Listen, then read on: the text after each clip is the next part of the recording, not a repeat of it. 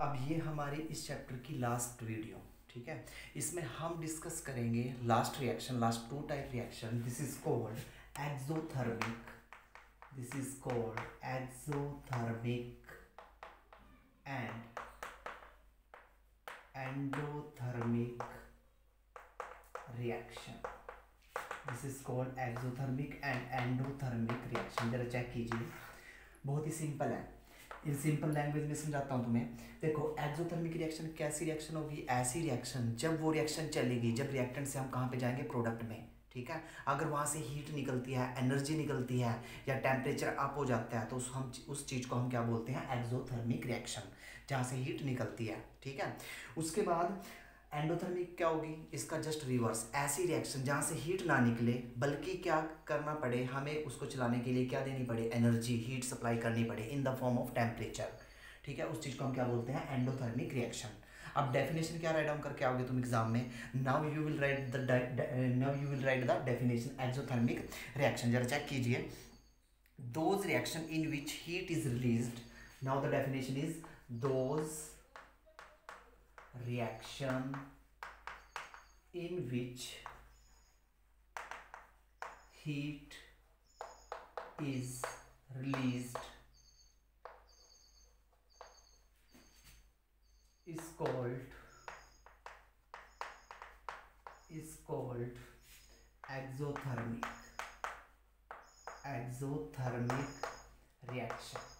इसको हम क्या बोलेंगे? Exothermic reaction. Now you will check the example, जो एग्जाम में अक्सर पूछे जाते हैं। अब जो इसका एग्जाम्पल है, जरा चेक कीजिए। फर्स्ट एग्जाम्पल है, now you will write example. First example है, अगर हम कैल्शियम ऑक्साइड लें, ये कैल्शियम ऑक्साइड है, ये क्या होता है? लाइम, ठीक है। अगर मैं इसके अंदर डाल दूँ वाटर, ठीक है, ये लाइम का मीनिंग क्या होता है? चूना। ये कैल्शियम ऑक्साइड है, इसके अंदर डाल दिया हमने वाटर, तो होगा क्या? ये सॉलिड फॉर्म में होता है, ठीक है। तो बनेगा क्या? कैल्शियम हाइड्रोक्साइड, स्लेक्ट लाइम बोलते हैं इसको हम, स्लेक्ट लाइम। ये इक्वेशन तुम ऑलरेडी कर चुके हो कॉम्बिनेशन में। और प्लस यहाँ से क्या निकलेगी? हीट। यहाँ से क्या निकलेगी? हीट। तो इस रिएक्शन को हम क्या बोलेंगे? Exothermic reaction.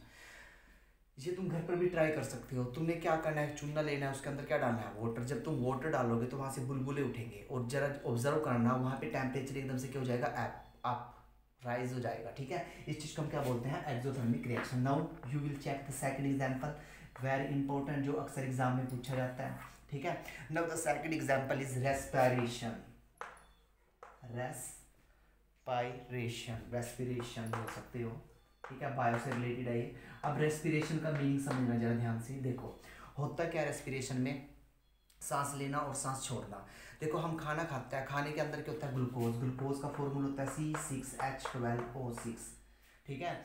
तो हुआ क्या यहाँ पे कि हम खाना खाते हैं, ये है हमारे पास ग्लूकोज। ग्लूकोज खाने में क्या होता है? ग्लूकोज, ठीक है। जब ये बॉडी के अंदर जाता है, ठीक है, जब ये बॉडी के अंदर जाता है तो हम सांस लेते हैं। और सांस लेते हैं, सांस लेने का मीनिंग क्या? हम ऑक्सीजन को इनटेक करते हैं।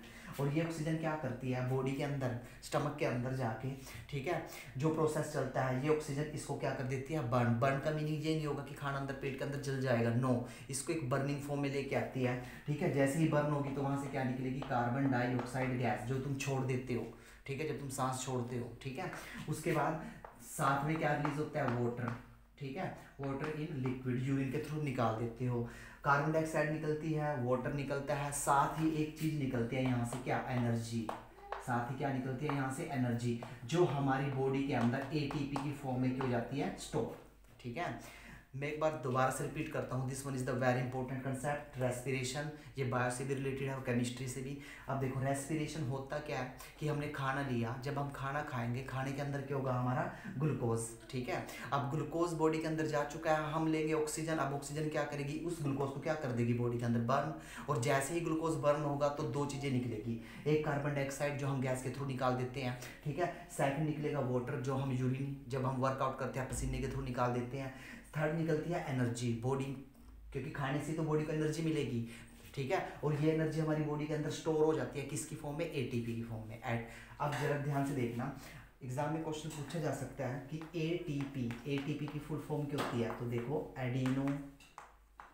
Adenosine, T for try, T for phosphate, adenosine try phosphate, phosphate.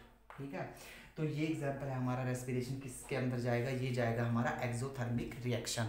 Now you will check the endothermic reaction. You write down now endothermic reaction, check कीजिए एंडोथर्मिक रिएक्शन। अब इसकी डेफिनेशन क्या दोगे, ऐसी रिएक्शन जिसको चलने के लिए किसकी जरूरत पड़े, हीट की, उस चीज को क्या बोलते हैं, endothermic reaction. Now you will write the definition, those reaction in which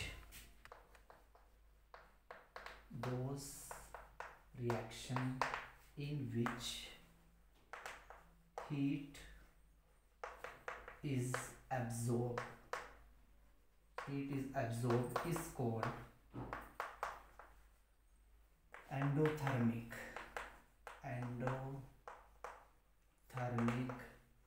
reaction.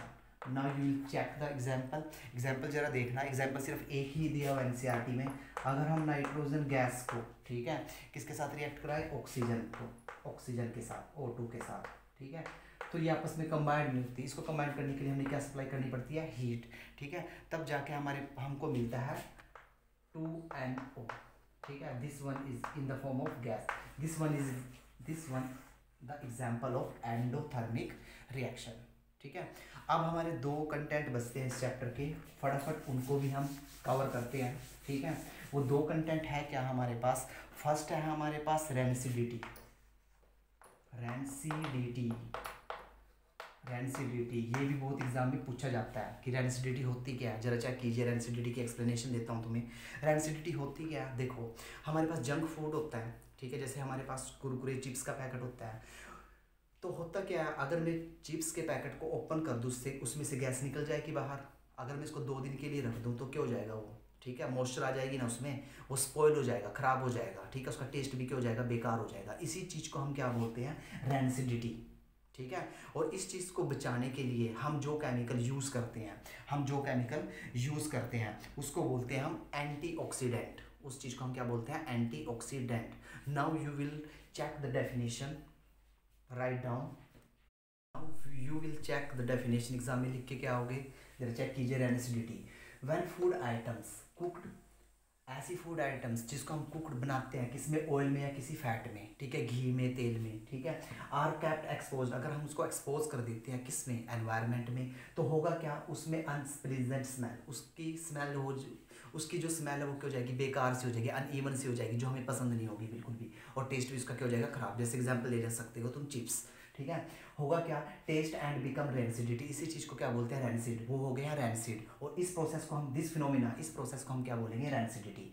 अब होगा क्या, इस रेंसिडिटी को दूर करने के लिए हम क्या कर सकते हैं, नाइट्रोजन गैस, उसमें क्या डाल सकते हैं, nitrogen gas. It can be protected by adding antioxidant. हमें इस चीज़ को बचाने के लिए उसके अंदर क्या डाल सकते हैं, एंटीऑक्सीडेंट। अब एंटीऑक्सीडेंट होता क्या है, एंटीऑक्सीडेंट वो केमिकल्स होते हैं जो फूड को किससे प्रोटेक्ट करते हैं, ऑक्सीजन से। वो एंटीऑक्सीडेंट क्या हो सकता है, जो एग्जाम में क्या हमारे सिलेबस में है, एक तो नाइट्रोजन गैस हो सकती है, या फिर हो सकता है BHA।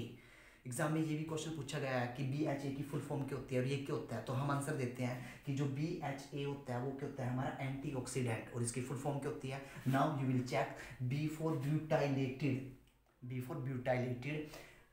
H फॉर हाइड्रो, और A फॉर एनिसोल। ठीक है, this one is the full form of BHA, butylated hydroanisole. ठीक है, this one is the second last topic of this chapter. Now the last topic is very important, ये 2 chapter में repeat होगा। जो हमारे पास next topic है, जरा check कीजिए।